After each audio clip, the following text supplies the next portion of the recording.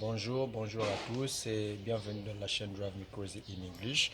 Comme nous avons l'habitude de le faire.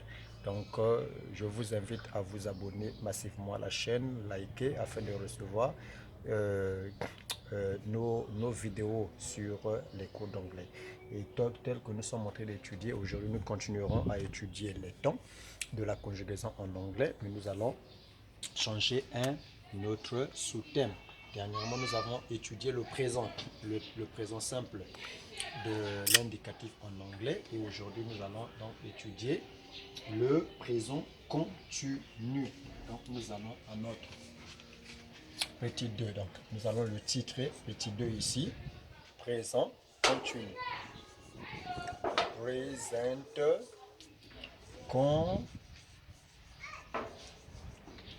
continu. Alors, nous allons étudier le present continu. C'est quoi donc le present continu? Ça fait partie de tense, la conjugaison. Donc, le temps present continu.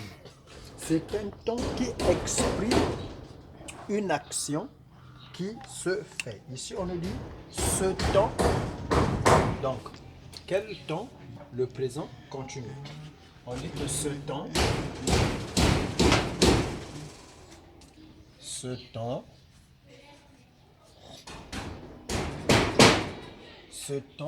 forme. Ce temps se forme ainsi. Donc, ça se forme comment? Or, le present continu se forme à l'aide de l'auxiliaire to be. Auxiliaire être plus le ing. Donc, on nous dit que ça se forme à l'aide de I. Donc, on a I. Donc, I. Nous avons you, we, they. Nous avons he. On a she, it. Alors, on a ici am. Nous avons ici are. Et nous avons ici is. Is. Donc, is. Plus ing. Plus ing du verbe principal. Du verbe principal. Alors voilà comment se forme le présent continu. Exemple ici, on nous donne un exemple. 2 points. I.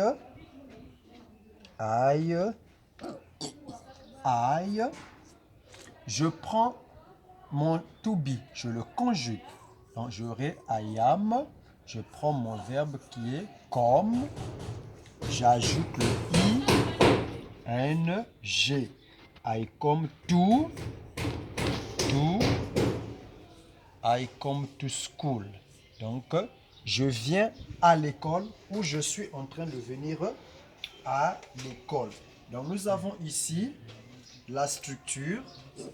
Donc, structure de point. Donc comment se forme? Donc ça se forme à l'aide. Donc nous avons sujet, subject, plus to be, plus verbe. Donc verbe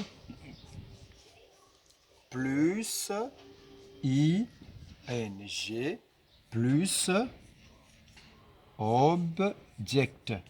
Alors voilà comment donc se forme le présent continu. Donc pour former le présent continu, on a besoin du sujet plus to be plus le verbe plus ing plus le complément. Le sujet ici, ce sont les pronoms personnels sujet tels que I. Le to be, c'est l'auxiliaire être que nous avons conjugué à la première personne du singulier am, plus notre verbe principal qui est comme, plus le ing, plus l'objet, plus l'objet encore, le complément qui est to school. Alors on nous dit emploi. Il est employé pour quoi? Donc, emploi. Pourquoi est-il employé ce temps? On nous dit il est employé pour exprimer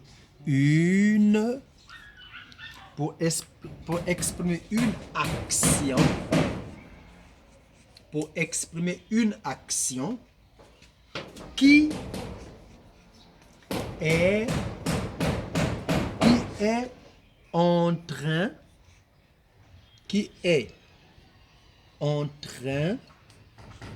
de se faire, en train de se faire. Donc, une action qui est en train de se faire ou encore une action qui se fait. Exemple, ici, on a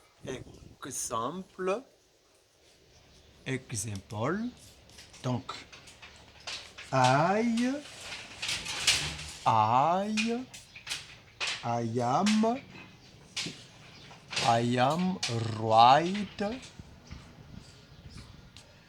am writing. Donc, I'm writing a letter. I'm writing a letter. Donc, j'écris une lettre. Donc, ici, j'écris une lettre. J'écris une lettre. Donc, j'écris ou encore je suis en train d'écrire une lettre. Je suis en train d'écrire une lettre. On a aussi he is talking. Donc, il parle. Il parle ou il est en train de parler. Il est en train de parler. Donc, voilà comment se forme le présent continu en anglais. Donc, pour conjuguer un verbe au présent continu, on a besoin de l'auxiliaire être, plus le ing, encore le gérondif, au verbe, plus le complément. Donc, il faut simplement suivre la structure qui dit le sujet, to be, plus le verbe, plus ing, plus le complément. Voilà comment se forme donc le présent continu. Donc ici, le présent continu fait partie, n'est-ce pas, des temps de la conjugaison. Souvenez-vous que je vous ai dit, en anglais, il y a seulement 3 temps principaux. Le temps présent, le temps futur et le temps passé. Mais le temps présent est subdivisé en 3 sous-temps. Donc nous avons le présent simple. Et on nous dit le présent simple se forme comme suite. On a d'abord besoin des pronoms personnels sujets, plus le verbe, plus le complément. Donc, et suivi du présent continu qui se forme à l'aide de l'auxiliaire être. Donc, l'auxiliaire être plus le verbe plus le ing que nous venons d'étudier ensemble avec vous. Mais quel est donc le rôle du présent continu? Le présent continu, c'est le gérondif. Son rôle, c'est quoi? C'est de donner ou encore de mettre l'action, c'est comme on a dit ici. Il est employé pour exprimer une action qui est en train de se faire. Donc, qui se fait ou encore qui est en train de se faire. Voilà donc l'importance du présent continu. Alors, je vous invite, donc c'est ici que nous allons nous arrêter pour aujourd'hui. Donc, je vous invite massivement à venir regarder et vous abonner à notre chaîne afin de recevoir plus encore des vidéos sur comment parler anglais On se retrouve prochainement.